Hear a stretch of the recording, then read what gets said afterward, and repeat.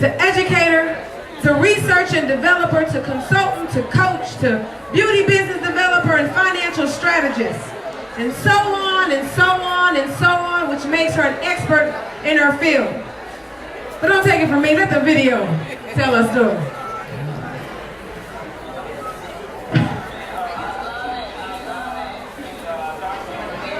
You got it on?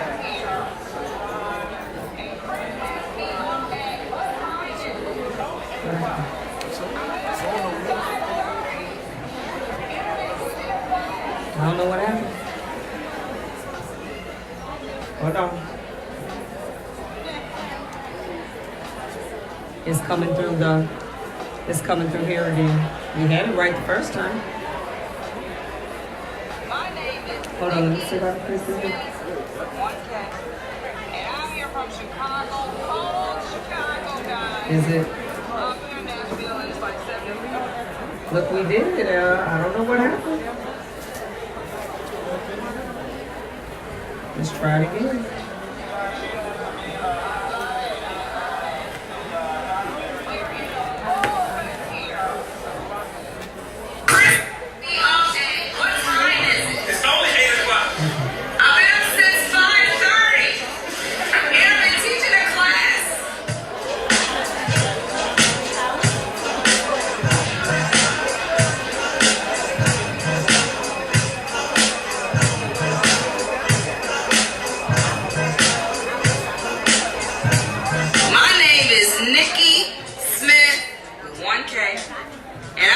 Chicago, cold Chicago, guys. I'm here in Nashville and it's like 70 degrees and praise God, I'm just happy to be here. I'm happy to have this opportunity to talk to you all about something I've been passionate about forever. I have done everything. I've been really privileged to have a great career, even with the ups and downs of it. Salon owner for a little over 20 years, then went into the teaching realm, platform artistry. I've taught in schools.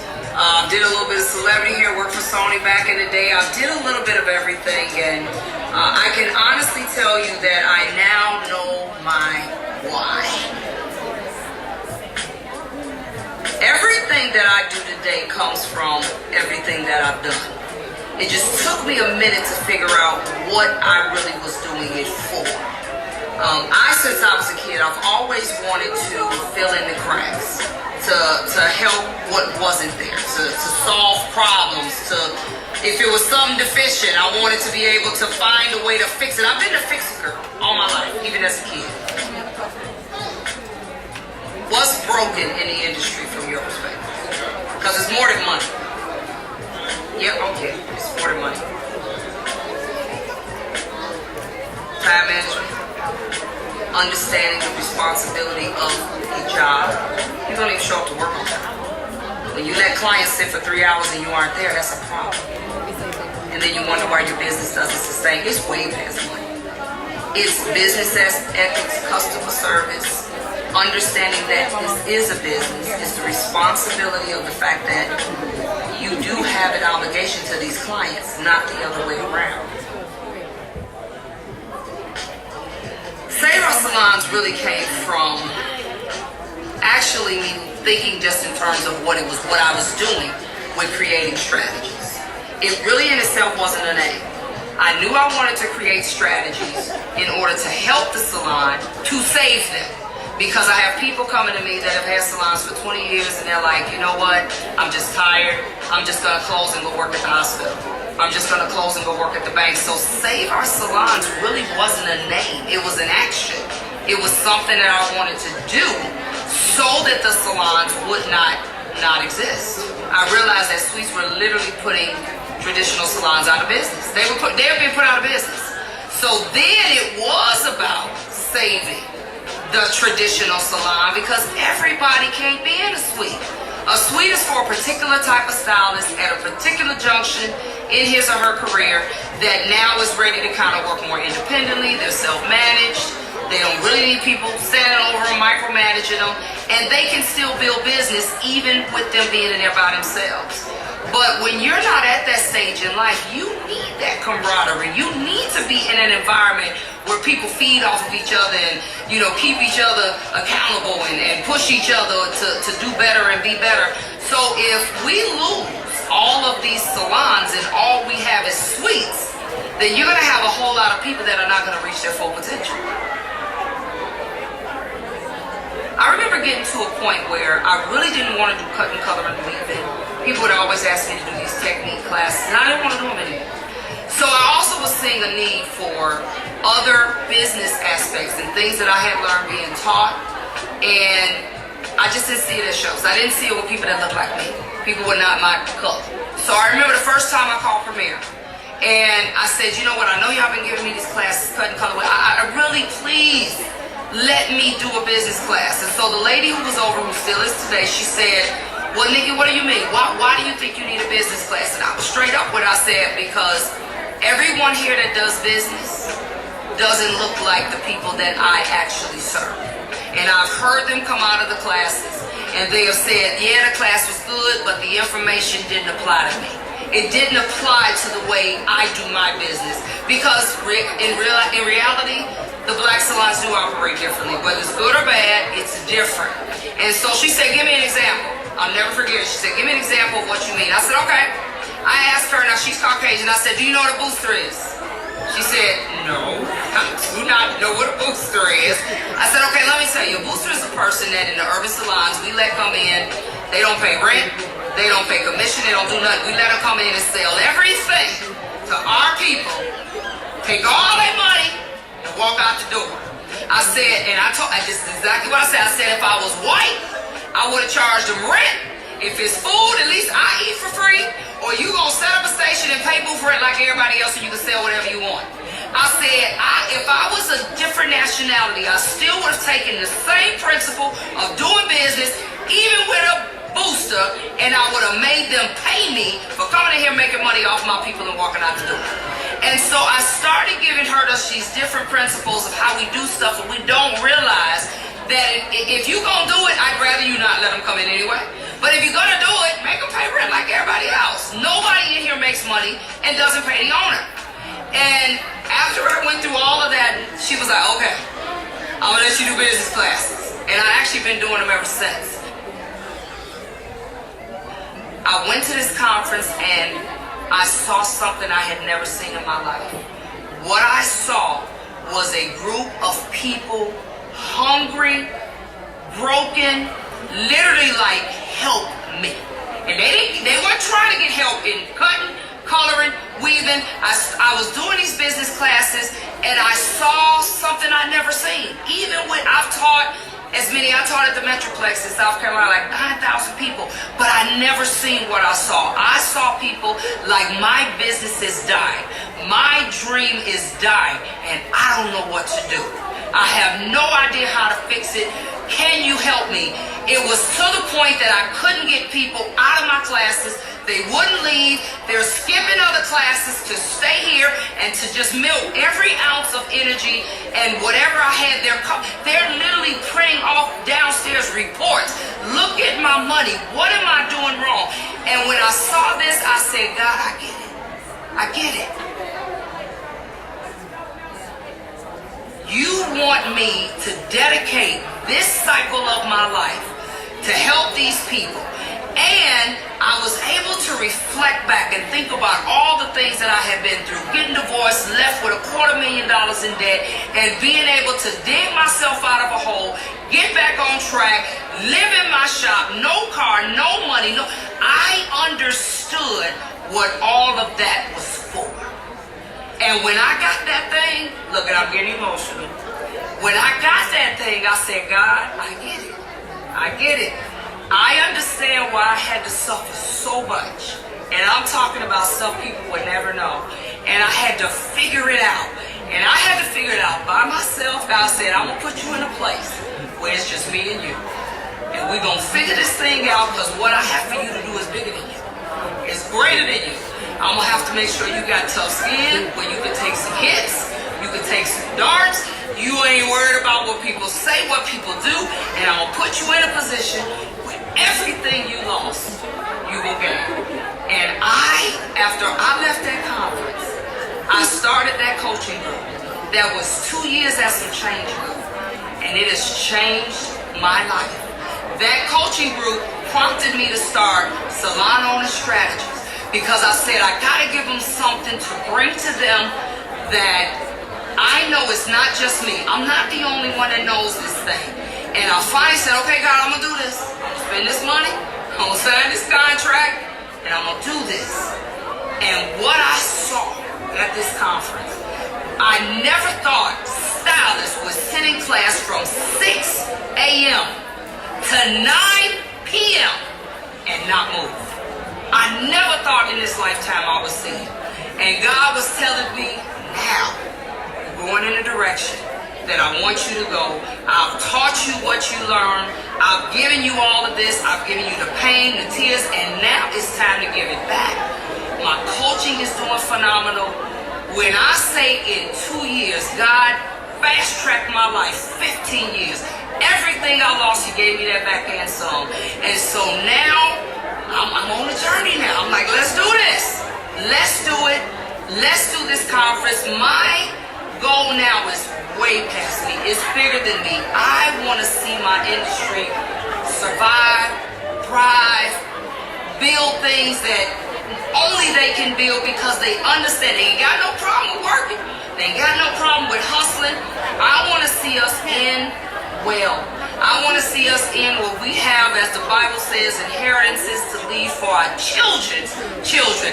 I want to see that. Woo! Salon Owner Strategies Conference. Look, I'm trying to get it out. You got to be there, guys. If you want to learn about, I'm just trying to remember all the things. If you want to get your taxes straight, if you want to get your legal structure right, if you want to know how to change your business to where now you're making the majority of your money in retail, if you want to open a trichology center, if you want to, I do a segment called Knowing Your Numbers. I teach you how to read a profit and loss statement. I teach you how to understand how much product you should and shouldn't be using. Booth commission on a draw. We got people teaching you about how to start your own product line. We have people staffing, people teaching you time management, things that you can do to really help you from wasting time. We got salon owners, development groups that are teaching you how to build a culture and build a team environment, if that's what you want to do. We got social media strategies for salon. We also added something new. We got where people are telling you or teaching you how to digitize your entire salon, all the way to self-checkout when they buy their product, all the way to signing themselves in, selfie stations every time they get out of the chair, and you can literally post the stuff right there. We have, and I'm trying to remember everything, but we got branding, marketing, we got, the list goes on. It is endless. This is a conference, Salon Owner Strategies Conference, aka Save Our Salons, that is about elevating your business, taking it to a level that you probably can't even imagine. I want to see some salons in Forbes and Fortune 500. And I believe that can happen. And this conference is about taking you from where you are to really beyond your wildest dreams. If you're serious about building your salon business in the right direction, and if you get to the point that you say, I'm tired of doing hair, you the owner, I don't want to do all this hair no more, I want to just run my business and not my business running me, then this is the place you need to be. And so you need to be at SOS, Salon Owner Strategies Conference, this year and next year and the year after that. So knowledgebynikki.com. You'll get all the details, dates, times, classes, etc. But I want to see you there.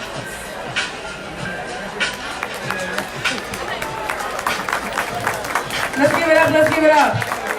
So, Nikki Smith is a salon business developer, strategist, and coach whose main goal is to expand the minds of creative entrepreneurs, have a more focused, strategic, and systematic approach to running their salons, and more importantly, understanding where their money is going, because money does matter.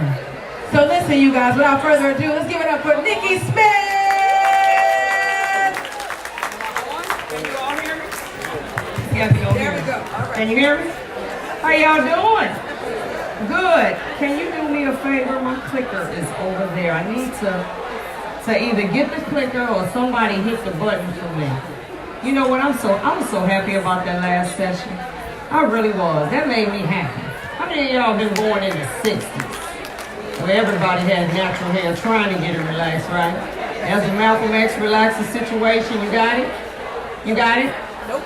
It looks like a ring. I know. It looks like a ring. It's over there.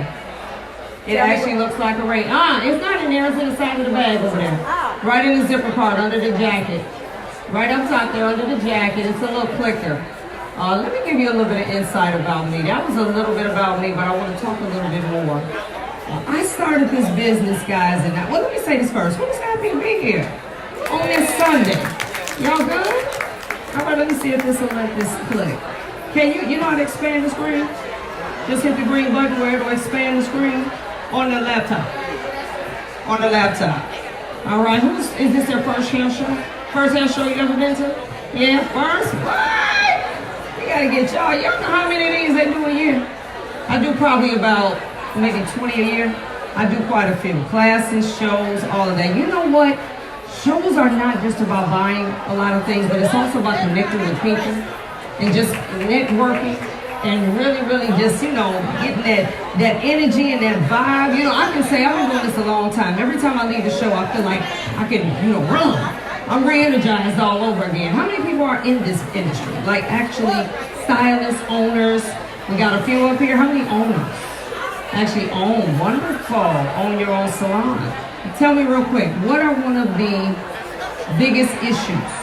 My owners, I'm talking to you all. What are some of the biggest issues, or one of them? Give me one that stands out, that you've encountered since you became an owner. What would that be? People doing what? People getting along? Staff getting along? Okay. What about, I had you two over here. What would you say? What would be one of the biggest things?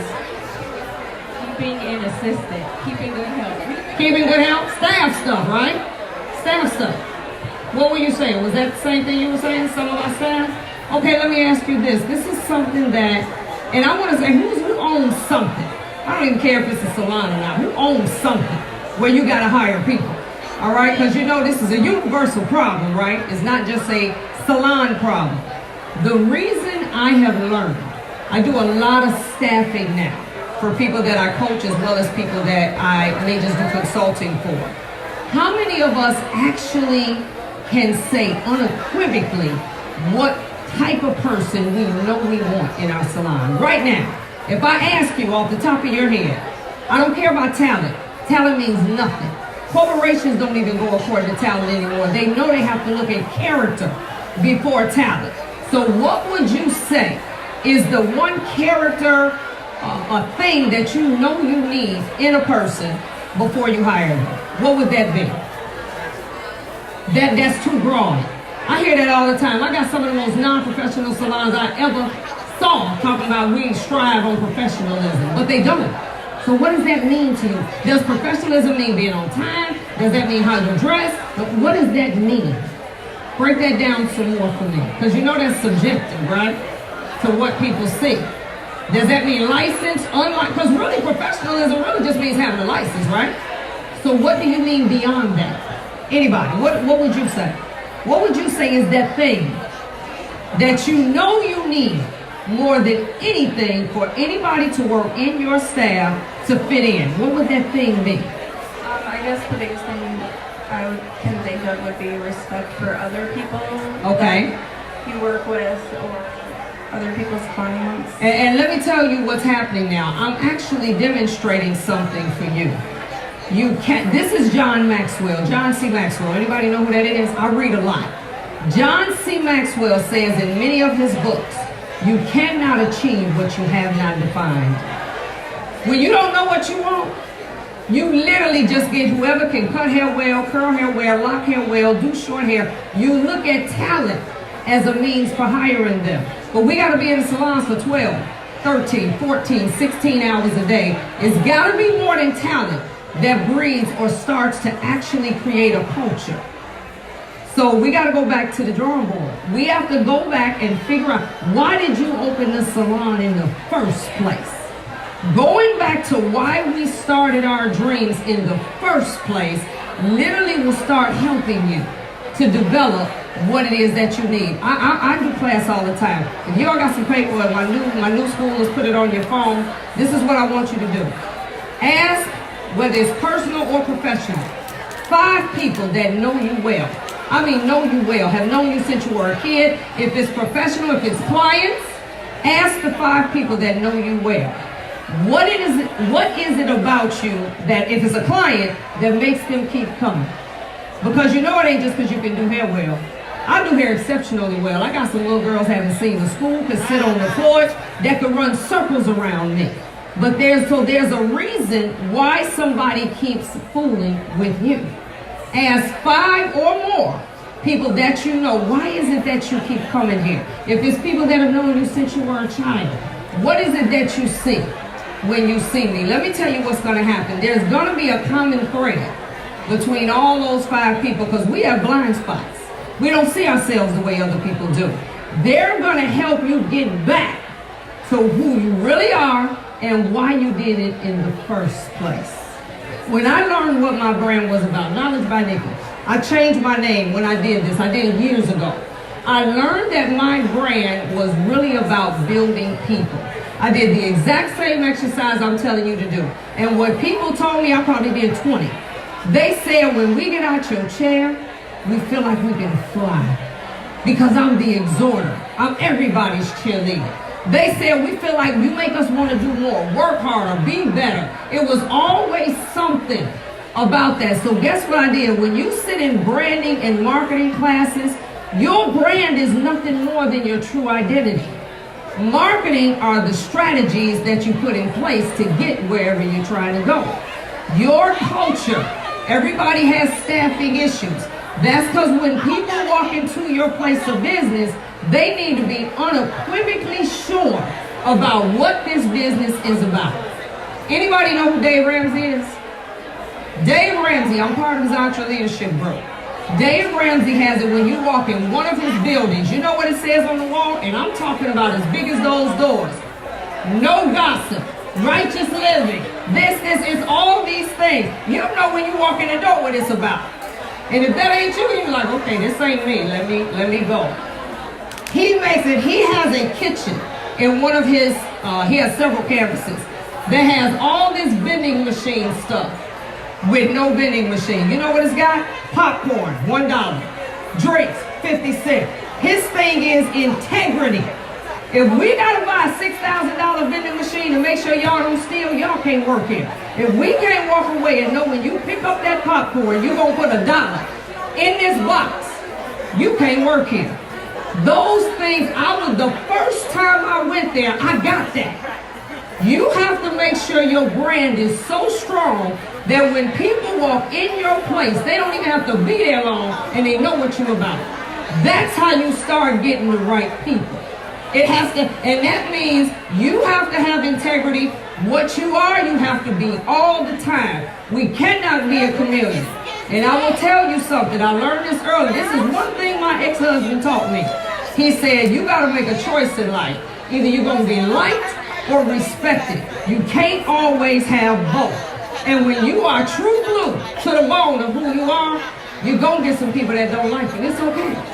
But they will respect you. So you are probably having the issue with not getting the staff that you need is because what you put out is not clear. Because people that don't fit, they won't stay. They'll X themselves out. Did y'all know that? So we need to come up with real criteria. How are we going to get the people that we want and create a culture? I have a no gossip policy. I can hear you talking to somebody else. We don't want to hear that. We're going to pray for them. We ain't going to talk about it. I don't want to hear it. Because I know what that brings. My clients are even. I only do hair 4 days a month. But my clients now are even. Like if someone comes in and says, no, we don't do that here. Everybody knows this is how this works. Okay? So that could help you with the staffing. I started this game in 1988. Who been in the game that long? Anybody? Anybody been in it that long? This ain't clicking. That was me in 88, y'all. Y'all see that? Can somebody give me some water from out there? Can somebody grab me some water, please? Anybody? Anybody? That was me in 88, y'all. I had the little twist going back. Who was born past 88? Some of y'all weren't even born. Were you born yet? Okay. Who was born after that? couple of y'all was born after that? See, that's why y'all don't know nothing about that. Let me tell you something that was different. Back in '88, we could do hair only. Let me see who was doing hair in that cycle. Anybody? Am I right, ma'am? Back then, we were killing it, wasn't we? We was killing the game, y'all. You know why? Because they didn't have YouTube. They didn't have, people actually respected that they could come to a professional establishment and get their hair done. They love being able to say that. But now we got YouTube, right? Y'all know I got a love-hate relationship with YouTube. I watch YouTube and sometimes I say, as bad as I want to hate, that was really good. I can't even hate, that was good. I know she ain't got no license, but she did that thing, right? I can't even be mad at her, right? This is what changed today, and the reason I'm saying that, I'm going to just kind of have you hold that for me. The reason I'm saying this is because I'm going to take you through an evolution a little bit, and this is where we have messed up. We have not evolved the way we should. When you start seeing, I don't believe they have a Menards here. It's like a Home Depot. They do have Menards. Do you all have Super Menards that sell groceries too? See, yeah, we got, when I start seeing places like Home Depot or Menards, where they got grocery too, what it started symbolizing to me is that even businesses that are, quote, successful have learned that they have to expand their reach. They have to do more. We are living in a cycle where you cannot survive on one income stream. It does not work, okay? So this was 1988, but I'm gonna take you a little bit higher, okay? Let's get that. Okay, I'm gonna need some assistance because it converted it in PDF. Can you scroll up for me? Come on, my young buck. I know you know how to work that computer there. Scroll up a little bit for me. Okay, to the next one. Can you see it? Scroll. Let's go. Let's go the other way. All right, this is where I'm at. Y'all remember that? Anybody remember that? That's all I wanted to do. Now here we are. Now we're in maybe about 1992, 93. I got married, and that was when I got my first marriage. Y'all, anybody remember that first love? Anybody remember that? We were so crazy. We stupid, wasn't we? We ain't know nothing. We ain't know nothing. We like, what am I doing? But you was in love. You just butterflies. Y'all remember that? We was young and dumb, right? Okay, I got married in 92, 3, somewhere in there. And I remember my business, that's all I wanted to do. I just wanted to make $500 a week. That was my greatest aspiration. Can I just make $500? And I remember when I made it, I was like, yes, I did it, right? That was that first goal. I've always been a goal setter. I set markers for myself. And then it's like, okay, now what? So I got married in that cycle. Me and my ex-husband, we literally built this empire because we were yin and yang now when it came to business. We like Amore and Russell. We did our thing, and we knew how to allow each other to be who they were and to come together like literally like fingers locking and really be able to build this business. So I got there. So, but then there had to be more than that because expenses got higher, right? Inflation keeps going up. And I also heard somebody say earlier that change still happens whether you change or not. It's going to keep changing. You ain't got to change, but it's still going to happen, right? So then I did that. So then let's go to the next one. Let's go to the next one. So now this is 1992, right? 1992. So then y'all remember that? Anybody remember that? Where my old school is at? Y'all remember that? That was my first teaching job, y'all. I worked for Johnson's Publishing Company. First teaching job. Y'all couldn't tell me nothing, girl. They had UltraSheen and all this other stuff, and I was excited because now I'm an assistant. I wasn't an actual educator yet, but I'm like, oh, I'm an assistant at a company. I only wanted to do hair for celebrities. That was my thing. So maybe if I get this job as an assistant, it'll open the doors for me to do celebrity hair because I like some of the young people today. That's all I saw. I remember watching movies. I'm a movie buff. And I remember waiting till the credits were over and I would just envision my name rolling up in them credits, and that's all I wanted to do, right? So I'm at the show like, ain't nobody else in there but me, because I'm waiting to see these credits roll up, right? So this is that was my first job, which really did open the doors for me. So there, keep going. So now this expands. This is 1997. Let's go to the next one. So now actually go to 2000. It's just a screen. So now we're in 2000. In that cycle from 97 to 2000, I ended up getting a job with Sony. I worked with Sony, so I was back and forth to New York, and I think I'm doing something. I'm evolving. I started working on the celebrity circuit, and guys, I absolutely hated it. I hated it. I was like, y'all can have this, because this is for the birds. I knew even then, not fully sure of where I was trying to go, but I knew what was going. You talking about a culture. I knew it didn't work for me. I knew I liked regular people. I liked just regular folks. I ain't never cared nothing about how much money you got. That ain't my money. I don't care nothing about that. I don't care what you drive. None of that ever appealed to me. So I was in an environment, kind of like the people you talked about. There, I'm in a culture where I don't fit. So I knew quickly that this wasn't going to work for me.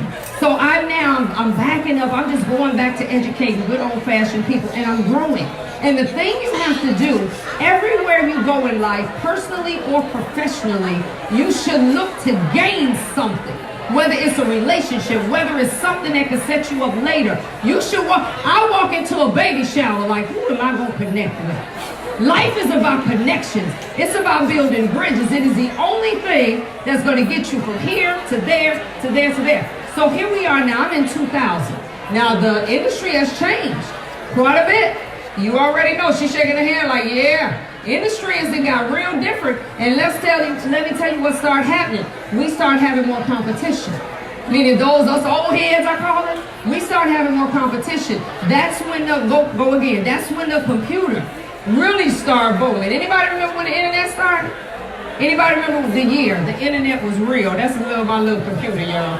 Anybody remember? It was before 2000, but now by this time, everybody had accessibility. It was no longer just companies. Everybody now had accessibility to information. I remember, who does a lot of weed? Anybody do weed, love weed, wear weed, do weed? Anybody? I remember there was a time that we only were privy to order hair from certain places. Now, other people, regular customers, had the same access we did. So it started changing things for us. But the thing was, it was changing, but we weren't. We were still thinking the same way. We were still acting the same way. We black people are naturally talented. We're broad people. We think blue collar. We don't think white collar. That's why those of us that are blue collar can't stand the people that sit behind the desk, because we figure they don't do nothing because they use their brain and we use our brawn, right? But let me show you something. So the computer age is here. Now it's like, okay, I just need to do more hair. This is what we thought. Now we already old. We're not that young now. But all our minds told us was, now that we have this competition, we have to do more. So now I got people 15 years in the game. This is now 2000, so I've been doing it 12 years. I remember at that 12-year mark, I said, something's not working here, because I'm doing 16, 17 hours a day. I'm killing myself because all I knew was to work harder, to do more heads. That's all I knew. Anybody else understand that? I don't care what you do. If you work in any capacity, if you don't understand how to leverage, say that word with me, y'all. If you don't understand how to leverage what you have, you're going to think just do more. You don't think take what I have and expand it. We don't naturally think that way. You have to be trained to think like that. So here I am. Let's go a little bit more. I'm doing just like everybody else. And see, I told y'all, right? Marriage was bliss.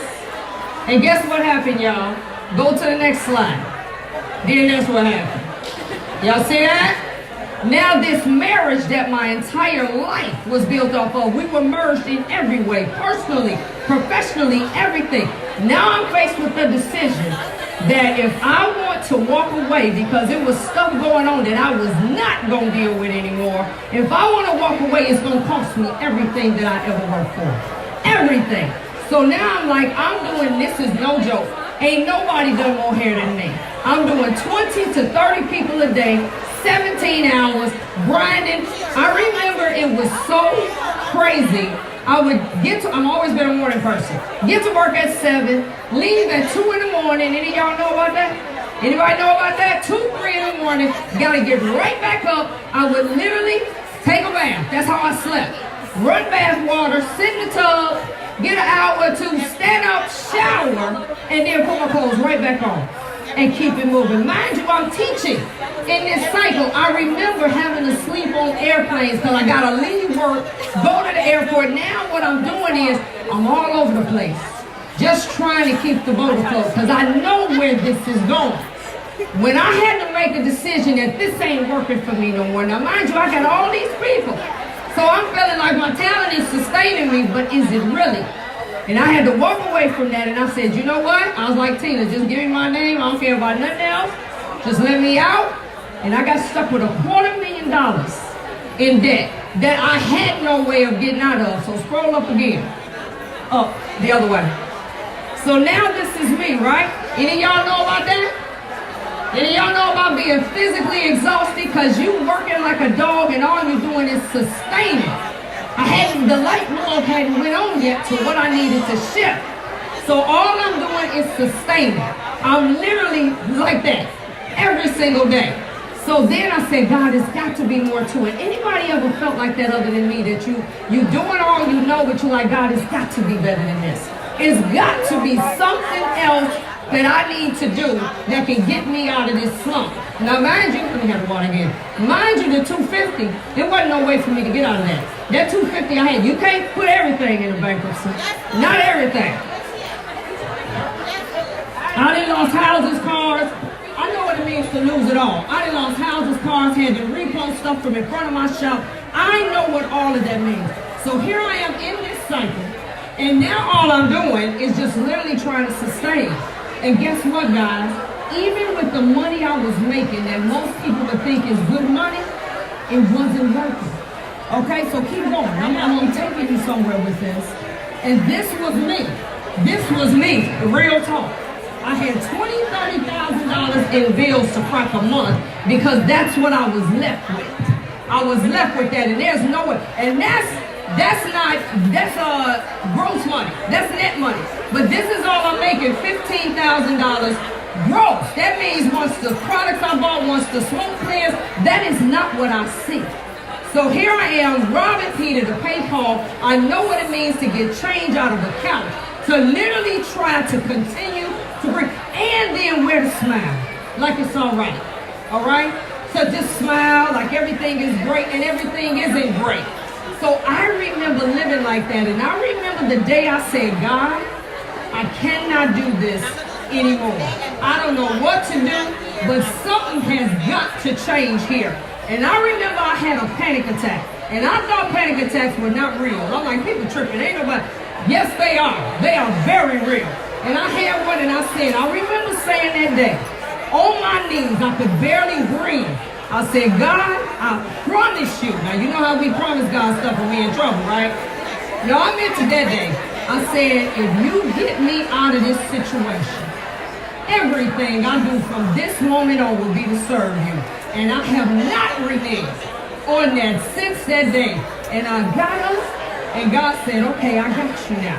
I got you. And I remember I wrote a check to Staples, and I'm taking y'all somewhere to understand how I got to this place. I wrote a check to Staples for $180, trying to do a show, because I'm just trying to get even. Like, okay, if Bonnie started getting gigs again, let me just get even. Wrote a check, knew I didn't have $180 when I wrote it, y'all. And don't y'all look at me like I'm the only one that tried to beat the check to the bank, because I knew I didn't have it when I wrote it. I wrote that check, the show didn't pan out, so now I owe this, plus I got all this inventory, I'm all over the place. So I said, okay, God, now what? I done put myself in the hole more because I'm being irresponsible with my money. Let me get the mic, because this isn't working. I'll just hold it. So what I did then was, I said, you know what? I'm just going to ignore this. You know how sometimes it's amazing to me how people think if you ignore stuff, it's going to go away. You know it don't go away, right? You cannot open the mail all you want. It still is going to be there. All right? Come here real quick. Take this off the back of me real quick. So that's what I did. I ignored it, guys. And let me tell you where I'm going with this. Staples sued me for $180. Yes, they did. I got a court summons for $180.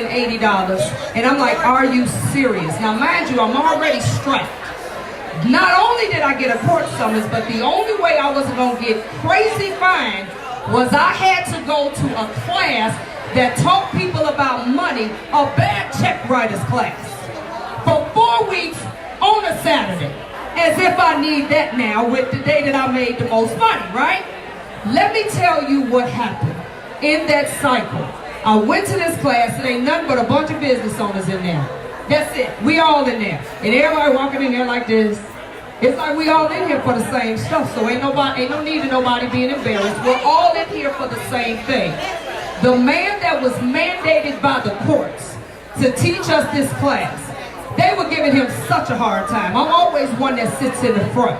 So they were giving him a hard time. I finally had to take up for the man. I take up for people that people try to jump on. And I stood up, I said, look, we all in here for the same thing. We got to do 4 weeks in here together. So we might as well make some lemonade out of these lemons. Maybe we going to learn something. Let me tell you what birthed out of that class. That man taught me how to read a profit and loss. He taught me how to do cash flow projections. That is literally what started my now successful financial management class that I do all over this country. It was because I said, this is pretty cool. And I started learning. And it did something. Something unlocked in my brain. And I said, this is the problem. It ain't about making more money. It's about learning how to work with what I have. It's about understanding debt reduction. It's about understanding how to take $5 and turn it into 15 and not just continually working harder and more hours and more hours. It literally it's total paradigm shift in the way I saw money, the way I saw working. When I say that was the best thing God could have ever done for me was to make me go to that class. And even though I lost that money on them Saturdays, y'all, I said it's okay. That is what started the life that I actually have now. Let's keep going. Let's go one more. It's just a few more up here. Let's keep going. This is when I start doing. Sure, go ahead. She has to make a quick announcement. Just really quick, those of you who are attending Julie Gartrell's Fierce Beauty on a Budget, that is beginning now. You can head out and they will direct you to where Julie Gartrell's class, Beauty on a Budget, is beginning. Okay, continue. Thank you. That is what started. You see what's happening here? This is, what is she doing? She looking in the mirror. That's when everything that I thought I knew, I had to be honest with myself. I had to say, Nikki, you are living raggedy. That's when I had to do something like get rid of stuff that I didn't want people to know I had lost. That's when I had to say, I don't care. I will lose it all. I will get rid of it all. That's when I said, you know what, let's get rid of this Range Rover because I'm fronting. Because this is not how I'm living. Let's get rid of this and let's live for real. I don't care if that's a bucket, but it's paid for.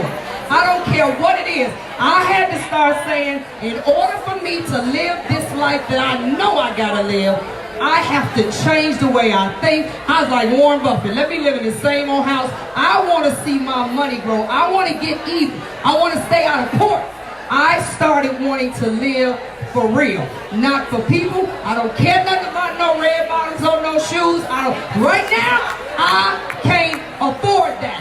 So let me start living. And I realized I wanted to be on the other side. I was tired of being the borrower and not the lender. I was sick of that.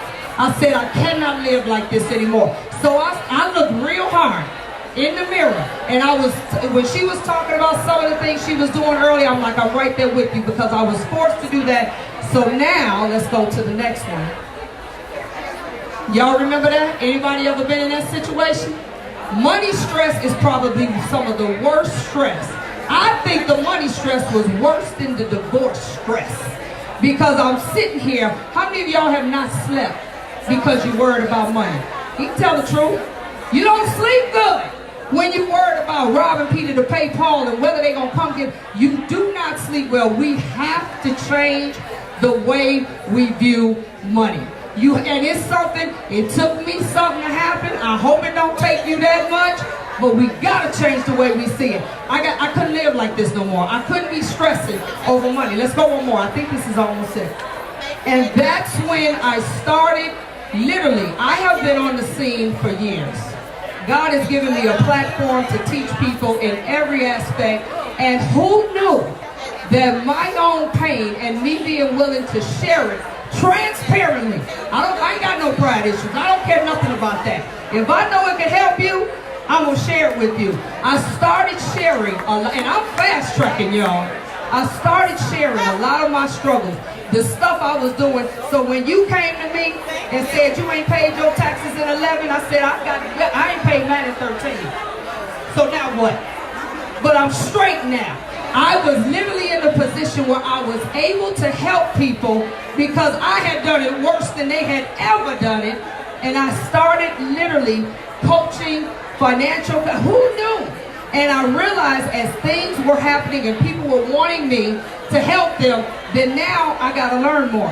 So I started joining groups. I started taking school, not an actual, because I tell people I ain't got no degree in nothing. But what I can tell you is how to be broke and fix it, and how to be broke again and fix it again, and how to stay out of that situation. That I can tell you. I don't care how much money you make. So knowing your numbers was literally birthed out of me understanding what to do with money. How I talk to everybody who doesn't get a check.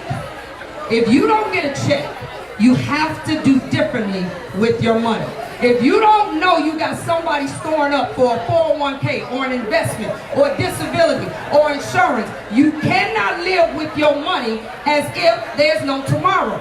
I've had 9 surgeries in my life where I've been on for 2 to 10 weeks. I've had cancer twice. I know what it means, praise God, I'm cancer free. I know what it means to literally have no money for weeks and not know what to do. I learned quickly. I gotta live different. I don't have a promise of a check coming, so I have to treat my money differently. Now the debt reduction, I learned that later. I didn't understand how debt reduction played such a key role in me being able to see this money grow. So after I got the money thing, then I said, okay, I need to understand how debt plays a role, how credit plays a role, how these credit cards that I ain't got nothing but a bunch of stuff I don't need that I'm paying high interest on plays a role. And don't get me wrong, I ain't saying that you don't live. I still like fine dining, I still like nice things, but I plan it in my expenses, and I under no circumstances are doing it if I can't afford it. Amen. So this is what I want you all to say. Say this with me. Yes. Say, if I know I can't afford it, then I want to know how can I afford it. Robert Kiyosaki, Rich Dad, Poor Dad, he says that all the time. He says instead of just saying I can't afford it, because that automatically becomes negative, you say how can I? What do I need to change? What do I need to sacrifice? What do I need to do so that I can afford it? That means you might have to retract back. You're going to have to do that. Every time you add, you have to subtract. Just remember that. But you can't just keep adding, or you're going to end up in a hole. And it breaks my heart to see people 30, 40 years, 50 years, 70, 80. Any of y'all seen an older lady in the salon who don't want to be there and she mean? And she working because she really don't want. I'm not talking about somebody who just wants to be there. I'm talking about somebody who really does not want to be there. But if you have done nothing in 40 years of working with your money, what are you going to do? I need y'all to think about that. How many years you been doing what you do? 20? I want you to think right now. How are you going to transit from where you are to where you want to be if you're not already there? How are you going to create a transitional plan? How are you going to exit out? You cannot, these bodies are not going to stand behind a chair forever. It's not going to happen, okay? From varicose veins to whatever. It's not. I went in a salon and saw a girl in a full body cast up to here. She had a car accident. She got one leg up like this, and she's in a full body cast, and people are literally leaning into her. She did not want to be there. Her arms were fine, so it must have just, I think it broke her hip or something in her legs. She's there because she has to be. I teach you about everything. I teach you about insurance, the type of programs you need, so when you can't work. I've had things I didn't know I needed, but it's better to have it and not need it than need it and not have it. There are things you have got to put in place so when life happens, you can break your finger. You don't have to be in a hospital. What are you going to do? What are you going to do? So the moral to that is when you don't get a check, you have to treat your money differently. You heard me saying in the video, I want to be able to leave an inheritance for my children's children. That's vital. But you can't do that that when you robbing Peter to pay Paul. When everything you own is on your body, you gotta get to the point that you don't want to wear every dime that you have. You know, I get angry when I see prom. Y'all know prom season, right? Don't nobody love their kids more than the next one. But when the prom costs your whole month's expenses, then you can't afford it. You can't afford it. And not only that, we're raising children to do the same exact thing, to stretch when they can't afford it.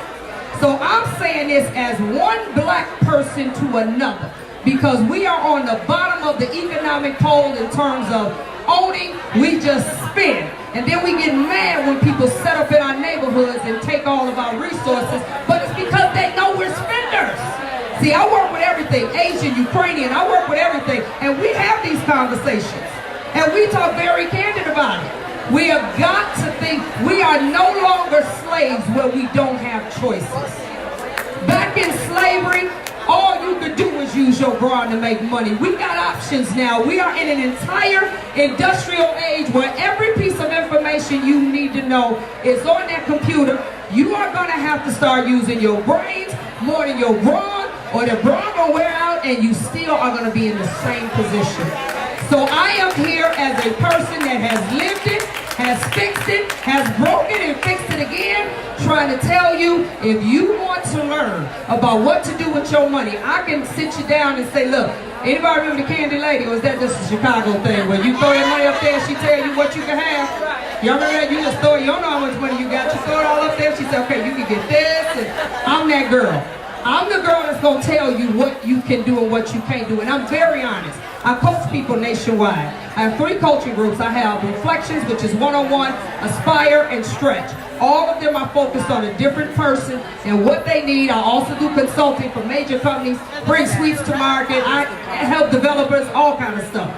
If you want some real help, and real help ain't free, okay? Real help costs money. Yes, you are going to have to pay. I know we cool, but you still gonna have to pay for that. All right? So I want you all, y'all pay for everything else. When a person say they don't want to pay me good, you don't want it then. Because I do a lot of help for free. But this one you gotta pay for. But I would love to help you all get it. I do conferences. I have a conference coming up in San Juan, Puerto Rico. And I did this because I already travel enough, and I had a lot of people asking me, want me to come here, there about this money thing. It's called Money Does Matter. And it is in San Juan, Puerto Rico next year. I got payment arrangements. I got all of that. And this is not just for the beauty industry. Money does matter. Your talent, this is also John C. Maxwell, your talent is never enough. You have to have more than talent to sustain your business, to sustain your life. You have to have more than that. So I'm also getting ready to go in this room over here. They want me to teach my Knowing Your Numbers. This is a full workbook. Oh yeah, I'll break everything down, and it's a workbook that you can buy that you actually can do it with me, or you can do it on your own. It's very easy to understand. This is a workbook, and it's an actual 8-hour seminar that will teach you how to look at your numbers differently, to realize what you really have, what you don't have. Because again, as my accountant says, I don't care if you make $1 million. If you spend $1 million and 5 cents, you are officially broke. Y'all with me? All right, y'all been lovely. I'm going to go ahead and get off this stage, and I got to get set up in the room. But remember, money does matter, guys. It matters. And I just gave you a little bit of my journey because I like people to know that I've been where you are. I'm just talking to you about what I think. This is what I know. So if you all are interested, you have to go up there to the table. Let them know you want to be a part of the class. It's supposed to be at 4. I don't know what time it is. I guess it's whenever I get off this stage. And you all come see me over there. We're going to actually go through some real stuff with you. But I thank you all. All right? Appreciate you. Nikki Smith, everybody. Give her some love. Did y'all hear all that passion in her? It sounded like y'all could get a whooping if y'all didn't do whatever she said too at the same time. I was like, absolutely, yes ma'am. Yeah, but yeah, mm-hmm. We thank you so much. It's all about the Benjamins. It is all about He played it right there. the Benjamins. Let the Lord lead you. Let the Lord lead you. Yes. Did y'all enjoy that? You got a takeaway you want to share? Oh, she said money does matter. It's all about the Benjamins, baby. What is it? Chapter Nikki, verse 1. Verse 28. Oh, and let me say one more thing. She got one thing, y'all. This is actually my favorite scripture. It's probably the last page of every book I've written, and it's Luke 14:28. Anybody know what that is? For which of you desiring to build a tower does not sit down and count up the cost to see if you're going to have enough to complete it? It's enough of us jumping off bridges. I want you to know you got a parachute before you jump off the bridge, and stop trying to fix stuff that we had time to learn about and build the parachute before. So think about that. That's Luke 14:28. Yes, thank you.